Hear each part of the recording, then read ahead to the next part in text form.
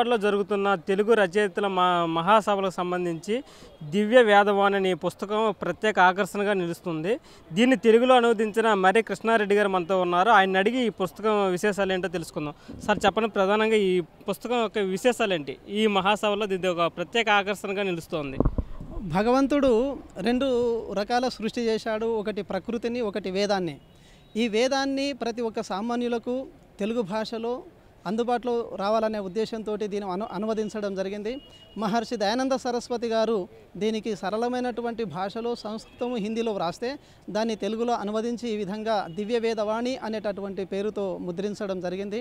భగవంతుడు కృణ్వంతో విశ్వమార్యం అని వేదంలో రాశారు.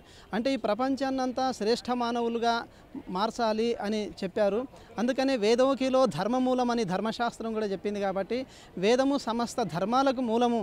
కాబట్టి అలాంటి వేదాన్ని చదువుట, చదివించుట, వినిపించుట మానవులందరి పరమధర్మం అని మహర్షి దయానంద సరస్వతి గారు ఎలుగెత్తి చాటారు. అలాంటి ఇది ఎన్ని పేజీలతో ఉంది సార్? ఇంకా ఈ భవిష్యత్ తరాలకి మీరు ఈ పుస్తకం కోసం ఏం చెప్పదలుచుకున్నారు? ఈ సైజులో 4104 పుటల్లో ఈ యొక్క ఉద్గ్రంథాన్ని 15x20 ఇంచుల సైజులో ముద్రించడం జరిగింది. ఈ వేదం అనేటటువంటిది ఒక వ్యక్తికి, ఒక మతానికి, ఒక ప్రాంతానికి, ఒక దేశానికి సంబంధించింది కాదు. ఇది సర్వకాలీనమైనటువంటిది, సార్వజనీనమైనటువంటిది, విశ్వమానవులకు చెందినటువంటిది. ఇది ధర్మ గ్రంథమే కానీ మత గ్రంథం కాదు. అలాగే ఇప్పుడు తెలుగు భాషకు సంబంధించి సార్, చాలామంది తల్లిదండ్రులు ఇంగ్లీష్ భాషలో లేకపోతే ఆ లాంగ్వేజ్లో చదివించాలని, ఆ మీడియంలో చదివించాలనుకుంటారు.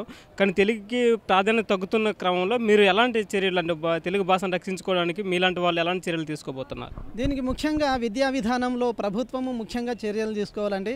ఎందుకంటే ప్రతి ఒక్కరూ ఉద్యోగం ఆశించి మాత్రమే విద్యను అభ్యసించడం జరుగుతుంది. కాబట్టి మరి ఉద్యోగాలు రావాలంటే ఇంగ్లీష్ రావాలని అనుకుంటున్నారు. కానీ మాతృభాషలో అర్థమైనంత సబ్జెక్టు విషయము ఏ భాషలో చెప్పినా అది అర్థం కాదు. ఎందుకంటే తల్లి భాష, తల్లి గర్భంలో ఉన్నప్పటి నుండి తల్లి ఆలోచనలు, ఆచారాలు, విచారాలు చిన్నప్పటి నుండి విన్నవన్నీ మన మనసులో నాటుకొని పోతాయి. కాబట్టి మాతృభాషలో చెబితేనే ఆ యొక్క విషయము మూలంగా అర్థమవుతుంది. కాబట్టి కనీసం 10వ తరగతి వరకైనా మాతృభాషలో విద్యాబోధన జరిగితే అప్పుడు మన భాష బ్రతుకుతుంది. అతడు యొక్క జీవితంలో కూడా ఉన్నతిని సాధించగలుగుతాడు.